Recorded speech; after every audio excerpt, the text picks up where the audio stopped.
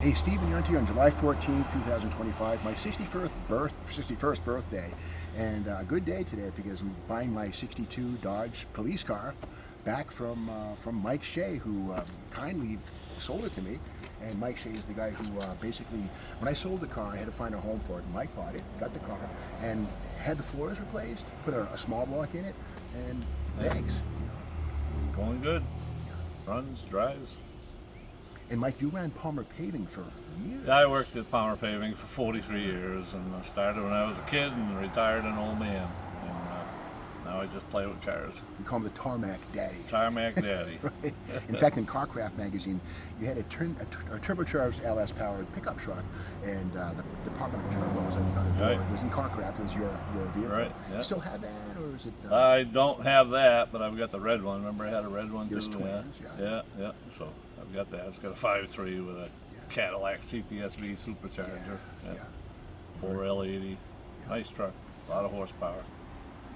Yep. Well, I guess we'll walk around a little bit. Thanks, Mike, and to be No continued. problem. Have fun. And let's take a peek at the small block. Here it is here. And when I first opened it, I thought, wow, 340. And sure enough, the 340 top end, the heads, the intake, the air cleaners, a small 600 CFM Edelbrock here. This had a Pauly 318 two-barrel, which was the base engine in a police package.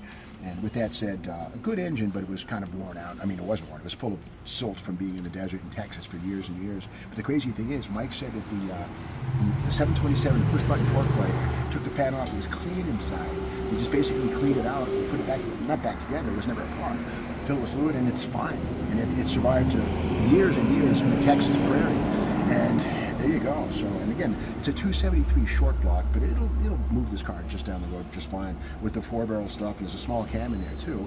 It probably has the same power that the 273, 318 Pauly would have had back when it was a stock engine. So the things we see on this thing is, Mike did add a dual circuit master aluminum one here, and that's been an upgrade. But again, the manual drum brakes up front, 11 by 2.5 up front, manual steering, of course. Pretty package, a police car, and this stuff there was a Lease Neville massive alternator. Let's walk around the side. And speaking of the floors on this car, Mike, the car came with some Kramer Automotive reproduction floor pans, those black pieces there. Auto Metal Direct makes those. Actually, they're out of production now.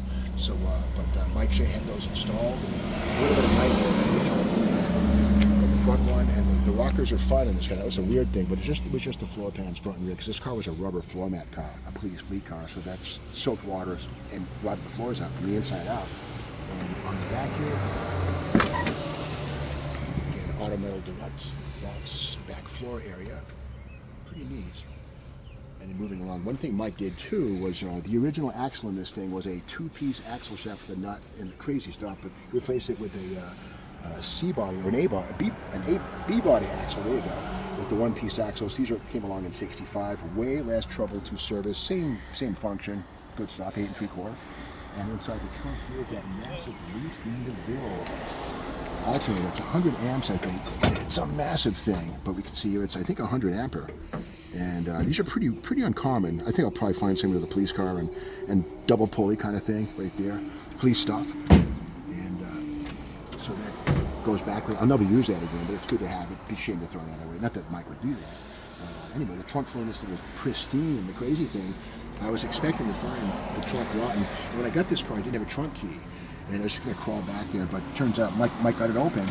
And in here we find just nice floors. No rot, no holes, nothing. So it was a shock. I was thinking the trunk floor would be as bad as the floors, but not so. These beautiful, the trunk's good, so a shocking thing. And one thing too is the drum brakes on this car over here. The original drums are 11 by 3 up front, and you can't get the shoes for those. So those are 11 by 2.5 something. But here's the original drums for the car. These are 3 inches for the police unit.